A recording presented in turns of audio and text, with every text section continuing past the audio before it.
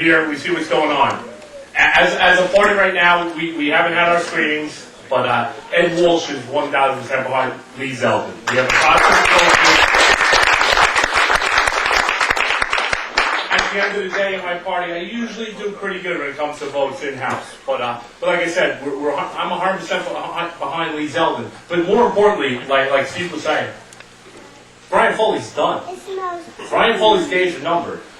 We had a third-party meeting the other night, and I said, make sure everybody, don't hold back, get the word out. Tell Foley start looking for work.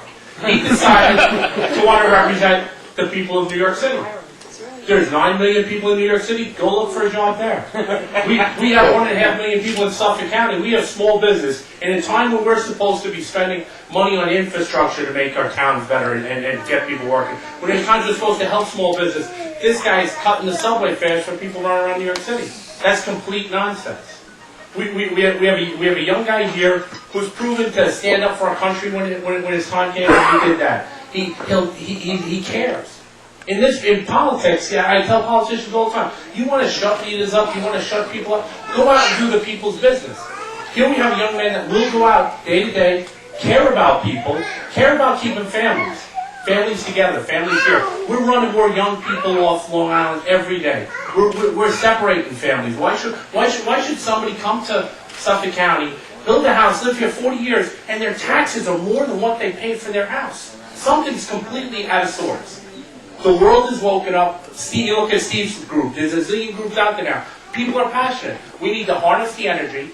We need to say no. You'll see in the next week, I got some pretty loud, obnoxious Foley signs that'll be starting to dump all over. Dump will be a key word in the sign. You'll see them all over the place. They just weren't ready today. They're telling me I should have them in hand on Wednesday.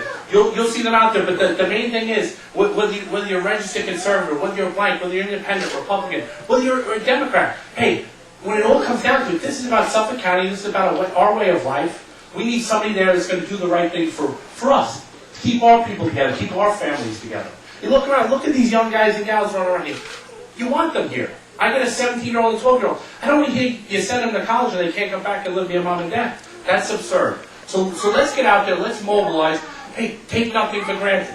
We've got them on the ropes. So what you do when you got the people on the ropes? You pound the snot out of them. That's what we're going to do right now.